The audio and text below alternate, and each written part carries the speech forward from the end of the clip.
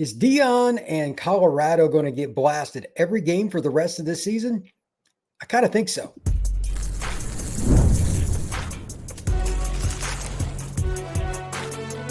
You are Locked On College Crossover, part of the Locked On Podcast Network. Your team every day. Crossover of Locked On the Portal and Locked On Buffs. I am your host, Brian Smith, longtime college football recruiting analyst. Thank you for coming in and checking out everything we got going on with Locked On Buffs and the Portal podcast. Truly appreciate you stopping in. And we are the number one broadcasting network in the country. Locked On is number one. And thank you for helping us get there. Today's show, we're going to get to how is Colorado going to fix this? The transfer portal has been Deion Sanders' go-to. But as we've seen here recently, the go-to has been annihilated. Are they going to transition, pivot even a little bit? Or are they just going to dive back into the portal this offseason? We're also going to discuss, speaking of the transfer portal, there are a lot of teams that are going to be interested in five-star quarterback JuJu Lewis, who actually had a very nice debut throwing the ball around for the Buffs. Will he stay with Colorado? And what will the theme be for not just JuJu, but for players across the roster? Because they've got to protect their roster first before they go get players out of the portal. And of course, the overall theme, the number one thing we got to talk about today, what in the world is this going on at Colorado? They've not looked very good. Is it a Deion problem? Is it a staff problem? Are there things going on? We need to figure it out. There's so much going on there. Makes you kind of wonder, is Deion going to be back next year? To help me figure out each and every one of these, Kevin Borba, Locked On Buffs. Kevin, how you doing, sir? Good. Appreciate you having me. Absolutely. Let's dive in. Yeah, let's do it. I mean, first thing, Colorado's head coach in 2026. I think he is. And I think a lot of people, I think there's a lot of questions about it because I think there's been a lot of questions about it from the moment his sons left, right? There was that automatic out where it was like, okay, he's only here for his sons. And he proved everybody wrong already. Like, hey, I'm here to be my own man. And he said that time and time again. And he's been roughly true to his word, I would say his entire tenure. And he's like, I'm my own man. They're their own men. They're chasing their careers. I'm doing this. I expect Deion Sanders to be back at Colorado in 2026 because one, I think he has a passion for coaching. I think he has a passion for helping the next generation of athlete. Two, I think Deion Sanders, like we all do, we're all humans. We all have a little bit of sense of pride, a little bit of sense of, I don't want to say ego, but we all have that sort of like, I want to prove people I could do this. And he's been doubted from the moment he accepted that job at Jackson State, and he's continued to be doubted. And he's proved a lot of people wrong, but now I think he needs to prove to himself and to other people, like, I could win without my sons and Travis Hunter. So I think he'll be back next year. Whether or not he's going to be back with the same staff and all that, I don't know. That is another statement for another day. I'm not going to dive into the staff, but one of the main reasons, in all honesty, for why I was going to ask you that, and I told you before, I mean, you knew what I was going to ask. A few weeks ago, Deion, and to his credit, unsolicited, said at the press conference after a game, I already know something's wrong. My leg's throbbing. The blood clots are back. And I'm like, man, that takes a lot of guts to say that in front of the crowd. So hopefully that's being rectified in whatever way or ways that it needs to be, and they don't come back. That's first. Secondarily, somebody asked me the other day, because I do Locked On Seminoles, I said, look, if Florida State changes, it ain't going to be Deion because nobody is going to take a guy that has that many health problems. They're not. Deion or otherwise, he's going to be at Colorado or he's probably going to be anywhere because the university doesn't want the risk. They don't want to go through all the different stuff with it. I get it. Yeah. But at the same time, he's got a good gig. He seems to enjoy it at Colorado. Yeah. But now the question is, does everybody believe in what's going on? Because again, he had the guts to say that players know it.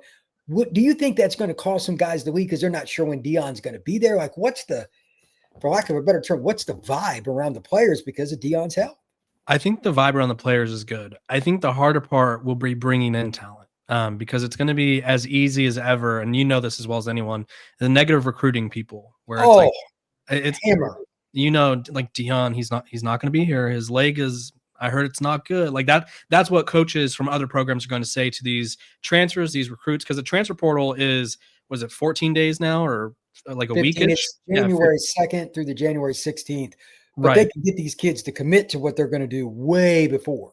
Right. And they're going to be a little bit more desperate than they ever have before because they've had a month or whatever the previous portal was. So I think the negative recruiting is going to be at an all-time high. I think a lot of people are going to get really dirty about it, and I don't think that's fair to Deion Sanders, but I mean, that's sort of the name of the game, unfortunately, because it's like, if you can't bribe a kid enough with money, you have to go low, right? You have to be like, that guy's going to lose his job, or that guy, like, he mismanaged this, right? The stories you hear, I'm sure, Brian, you have a few that are probably not safe for work, but like the stories we hear behind the scenes of like what other programs are saying about people is insane. Like, it is borderline disgusting because it's like they're going after them at a personal level where you wouldn't even go after your worst enemy that personally, but that's how it's going to be for Coach Prime. And so I think he won't have an issue retaining guys. I do think people are going to come for his players because Julian Lewis, we're going to talk about, is really good. Omarion Miller, the wide receiver, is a star. Brandon Davis-Swain, defensive lineman, is really good. Like, they have a lot of good individuals. And we already saw, like, Virginia was going after like their second string safety last year. Like, people were already going at Colorado. And I think that's only going to ramp up knowing that he has some health issues. And granted, he had surgery and was back the next day. So I think for now he's in the clear. The question that you brought up is a really good one about the portal and everything that goes on. But to that end, do you think the staff is going to have much change? I don't need specifics, but No. Players got to believe in the guy that's coaching them in Indy. They got to believe in their coordinator, no matter which side of the ball or special teams. Yeah. Do you think there's buy-in with all the assistants too, or are you just talking about Deion himself? There's buy-in with Deion, that's for sure. If people could see some of the players that like the certain tweets I post, I think they'd be surprised. I don't think all the players are loving the sort of certain coaches. I'm not going to say it's all of them, but Deion Sanders already said he's going to make changes to his staff or whatever. He's going to make changes. But I think this is like I don't say a punishment, but sort of a reminder, like, you can't just bring in whoever you want because they're your close friend and it's going to work out. And this was the stat I was telling you about off air, Brian. But right now, Deion Sanders has 6 guys on his staff who either never coached in college football before or their first coaching job was with Deion Sanders. So they followed him from Trinity in Texas to Jackson State to Colorado. And I think last year they just had a really talented roster and it hit a lot of flaws. And I think now we're sort of seeing like, oh, we don't have the right guys developing our corners, right? The corners were supposed to be one of the strongest in the Big 12. I was saying like this could be the best group of defensive backs in the Big 12. They look terrible. They had as many pass interference penalties through like 5 weeks as they did all of last year. The linebackers, I talked about this on my show. They play 4 to 5 of them. And I think 3 to 4 of them are technically unplayable, like with how bad they are, right? There's just not the development you need. And I think Deion Sanders understands that. I don't think he's going to make the changes public right now, but he should make changes. I think he needs to really revamp who he puts around him. Wow, that's a lot. I had a feeling there were going to be some negative sentiments, but that sounds like that's going to be a swing for the fences on the change. Well said. I'll leave it at that because it's probably going to be a very interesting press conference or 3 for Deion after this season. Just be like, okay, here we go. Here's the list. X is not here. X is not coming back. He will be back. Like, I think it's going to be something like that. That is hilarious. And still also probably very true, Kevin. Probably very, very true. When we come back, we're going to talk about the transfer portal, all the things going on with Colorado, who stays, who's added. That is next here on this crossover, Locked on Buffs and Locked on the Portal. Today's show is brought to you by our friends over at DoorDash. It's almost the weekend. Time to look back and crown this week's MVP, who delivered, powered by DoorDash, just like you can win every Saturday with DoorDash Streaks, saving more every time you order. These players delivered when it mattered most. Let's break it down. For Colorado, this is pretty easy for me. Look, no freshman quarterback should ever just walk in and play. And while he had to wait a little bit, Colorado's JuJu Lewis, he had some moments where it made you think that this is a younger player, but then he had some moments made you think like he's been in college football for 4 years and he's a 5th-year senior. That is an impressive get going for not just anybody, but I mean, I know he was a 5-star and everything, but JuJu Lewis really, really looked good for Colorado. That's the future of the Buffs. And just like JuJu Lewis, delivered for the Colorado football program. DoorDash delivers for your Saturdays with DoorDash Streaks. Save every Saturday when you order. You could even save up to $250 a year, including $100 in DoorDash credits. Order this Saturday. Keep the streak alive with DoorDash. Terms apply. Promo good through November the 18th. This episode, is also brought to you by our sponsors over at Doer. So for those of you not familiar, they're the comfiest pair of pants I've ever owned. I was kind of skeptical because obviously we hear about, oh, these pants are great. But Doer, they have 5 times the stretch, and we all know the holiday season's coming up, which means we want to eat a little bit more, right? We're going to feel a little bit more full, and Doer, you won't feel as full because they stretch with you. And they're made with CoolMax that regulates your body temperature and wicks moisture. They keep you cool and comfortable as temperature changes. So Doer combines classic jeanwear style with the kind of comfort and performance you get from athletic wear. It's the best of both worlds. Use my code Doer. You can check out the store in Denver, 2621 Lemire Street. Pick up a pair for yourself. Mention my promo code Locked On Denver, 15% off your first order, or check them out online at shopduer.com/LockedOnDenver for 15% off. That's shopduer.com/LockedOnDenver. Appreciate it, sir. Let's talk a little bit now about something that I think is really, really important. Can they keep JuJu Lewis? Can they keep their key players? No. It sounds like from what you said earlier, and it's why I asked, that these young men are basically bought in to Deion. But if there's any doubt and there's change, we both know players pick coaches, and that includes assistants for where they go to school. And if they feel misled intentionally or otherwise, they bolt. There's no penalty anymore. So are we going to see a big exodus? Everybody loses some players, but are we going to see a big exodus from Colorado or just small?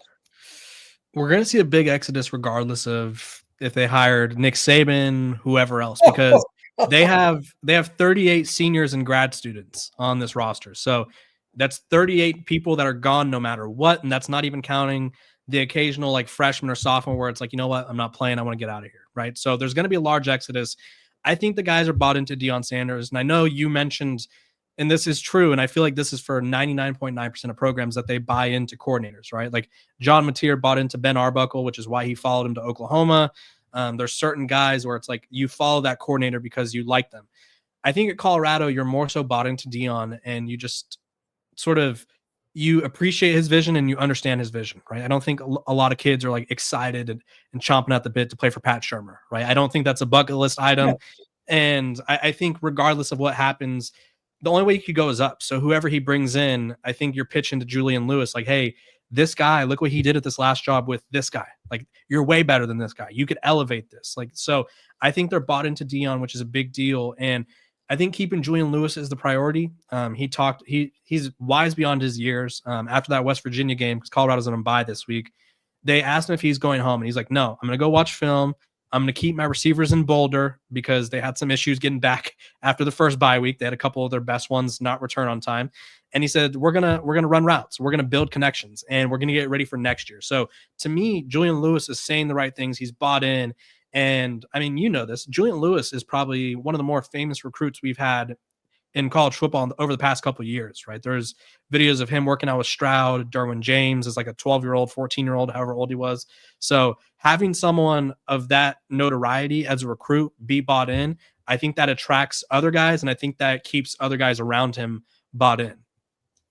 Yeah, I think that's fair. You got to keep guys like that believing in the long term for his development to make the NFL too. Mm-hmm.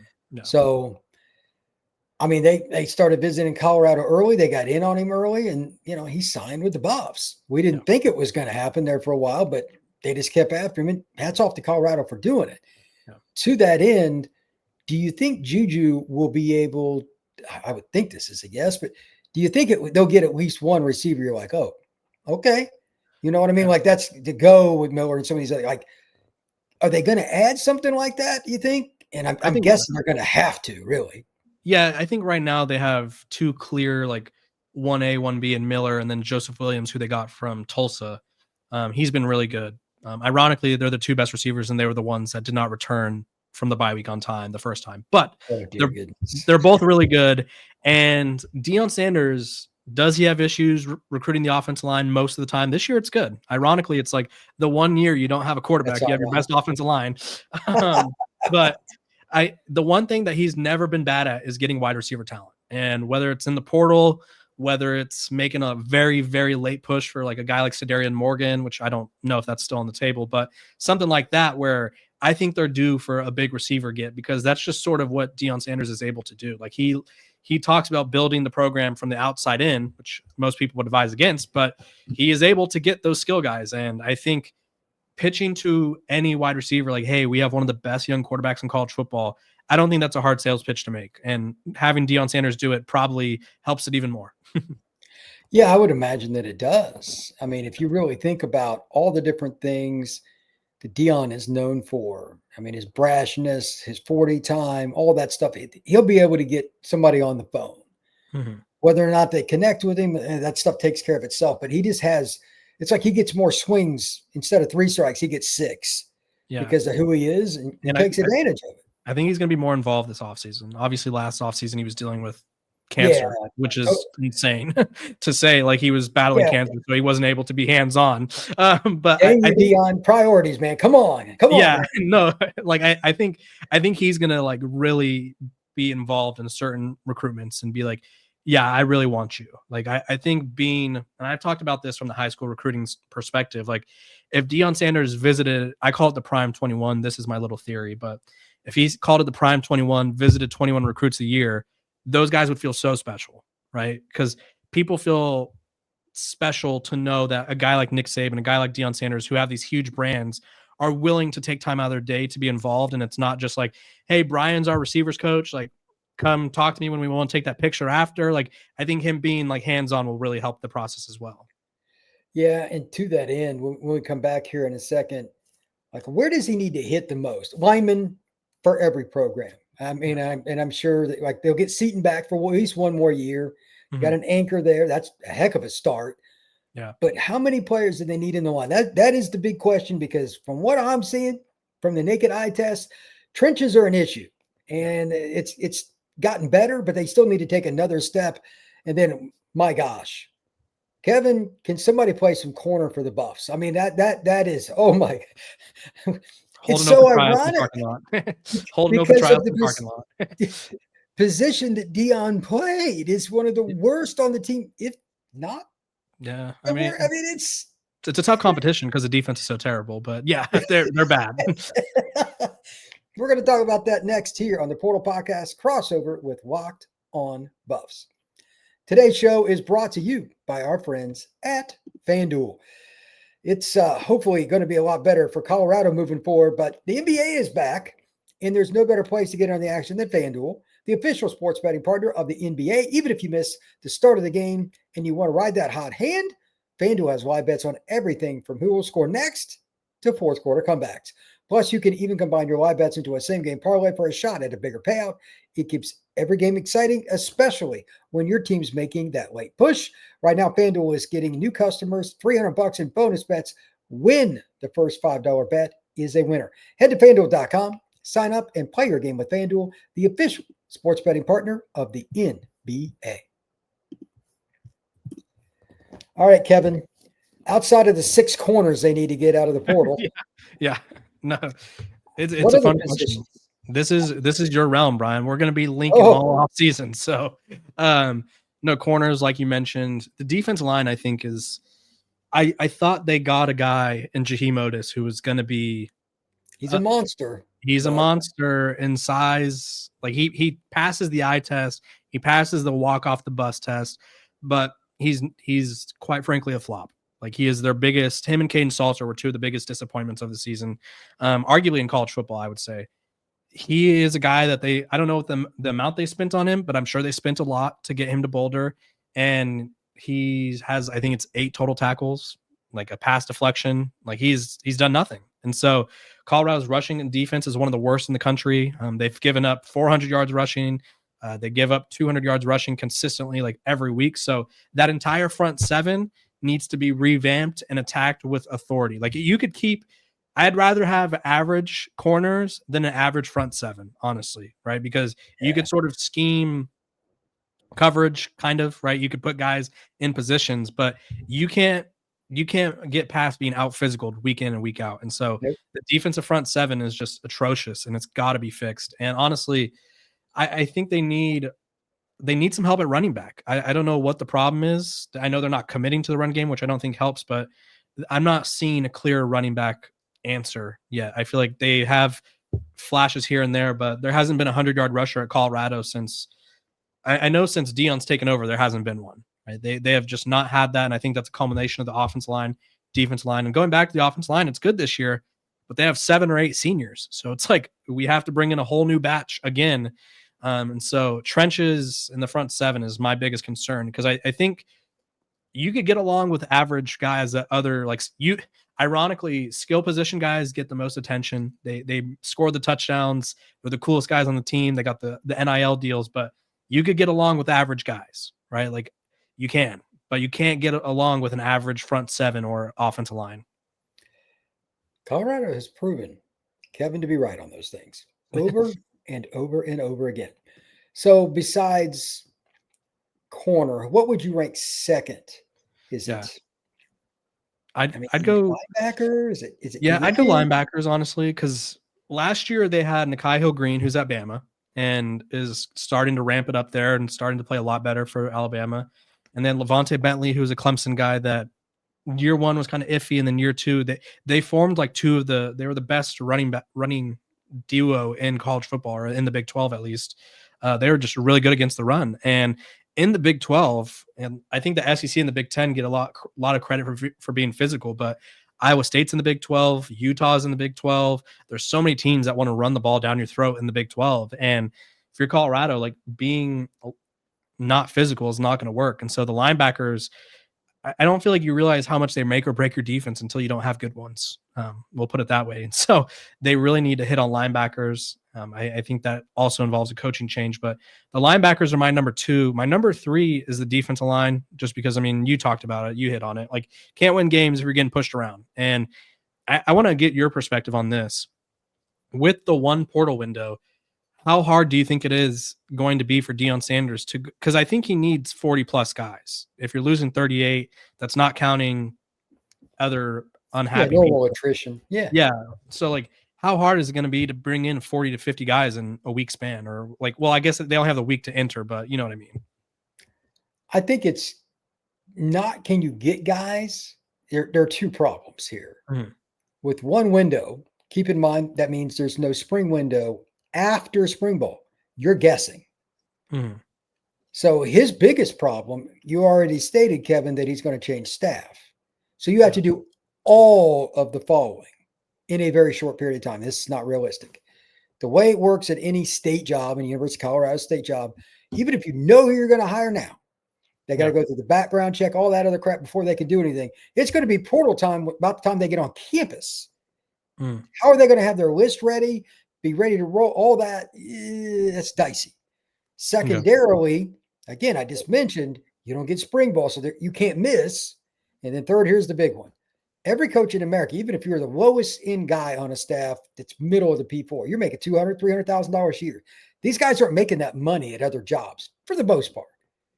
They're going to do anything they can to stay ahead. They don't want Deion. They're going to try to go after him. And a lot of these other schools got as much, if not more, money. They're going to be very desperate to try to get the boosters to dive in. So especially linemen. Yeah. Oh, dear God. Yeah, it's going to be a bloodbath for the linemen, because it's like, it's going to feel everyone's going to feel the pressure of, like, we only have this one shot to, like, get everyone. So follow-up question then. I mean, you know Colorado's transfer portal class as well as I do, top 25 in the country, but obviously they're 3-7 and they whiffed on just about most of them. So is it easier to clean house on the coaches or the recruiting / talent evaluator staff? Like, who do you blame for this? Because I feel like you could put it 50-50, but at the same time, if you're relying on your transfer portal evaluators to bring you the right guys, and this is what they bring you, like, you have to make some changes there too. And I don't know how easy that is either. It depends on how they put the onus on each, because, like, they bring the info to the coaches at every school. They still got to sign off on it. The way it usually works for an offer, no matter what, transfer, recruit, coordinator, position coach, head coach. So if they bring him and they don't like him, they just say no. Mm-hmm. So eventually you're signing off on these guys. So they got to be culpable for at least every kid in some way. Okay. So the other problem, again, if you get, just as an example, let's say they change 5 coaches. It's half your staff. Yeah. That's 5 coaches you got to get in fast. And some of those guys are connected to the back office, et cetera. That's a disconnect. Some of the back office staff might leave, like, in that portal window is going to get here quicker than you think. Yeah. Oh, that, it's scary. It could get really dicey because these schools that don't change, like Georgia will have like 1 staff member change. Yeah. Notre Dame may not have any. Ohio State, outside of some guy that gets a head coaching job. Yeah, I was going to say a lot of these guys, it's just going to be like, okay, I took a head coaching job at insert school here. That's the only reason those staffs are so far ahead with the portal, because they have the same people doing the same things. It's continuity. That's an edge over them. And, oh, by the way, those staffs are a little bit better in the win-loss department. That's probably going to help you on the recruiting side of the portal. Yeah. So I'm worried about Deion and his staff with the 1 portal window. They need a spring window desperately. It's not coming back because coaches in general, for people don't know, the coaches hate the spring window because that means they got to protect their players from getting poached, and they didn't want their film going out on those spring games on ESPN and Fox Sports and all that stuff. So that's why they got rid of it. They don't want to deal with it. So that's bye-bye. And now you got to guess, because if you screw up the winter portal window at your school like Colorado, especially, you get into spring and realize you screwed up. Yeah, I mean, that's the hard part. And like the other thing too is Colorado is not scared to play freshmen, but do you know the number of freshmen they have in their class right now off the top of your head? Do you want to guess? I'm going to guess 7. Oh, wow, you underestimated 12. So I mean, that's not a great number to have at November 13th, right? Most people are at 20 plus. And from your perspective, what's easier to get? Flips, a bunch of flips, like say 5 to 7 flips, or a bunch of transfers? Like, I don't know what's easier anymore. Probably the transfers, because a lot of those kids, they just want to get out. It happens quick. Recruiting's a longer process. So yeah. Okay. I'll go with transfer. Okay. Fair enough. Okay. Those were my rapid fire for Brian. That's, man, this could be ugly, man. Yeah. I mean, this offseason, I've said it on my show, I think this will define the Deion Sanders tenure. Like, this will be how he does this offseason will set him up for the future.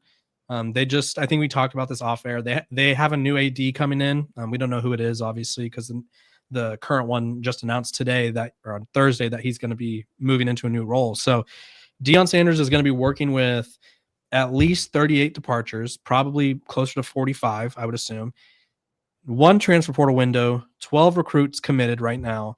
And he's going to have a new AD who's not attached to him, right? He's going to be like, okay, you brought the school in a lot of money and you had that 1 good year, but if you continue to struggle, like, I'm not losing my job for you. Like, that's what it comes down to. It's either me or you, and 99.9.9.9% of people are going to side with me, right? They're not going to be like, you know what? Brian just didn't get a fair shake, so I'll take the axe this time, and I'll do better my next job. Like, that's not how it works. And so Deion Sanders really needs to figure it out. And Brian, how do you think what's the perfect off season look like for him from your perspective? It's going to be about his coordinator hires.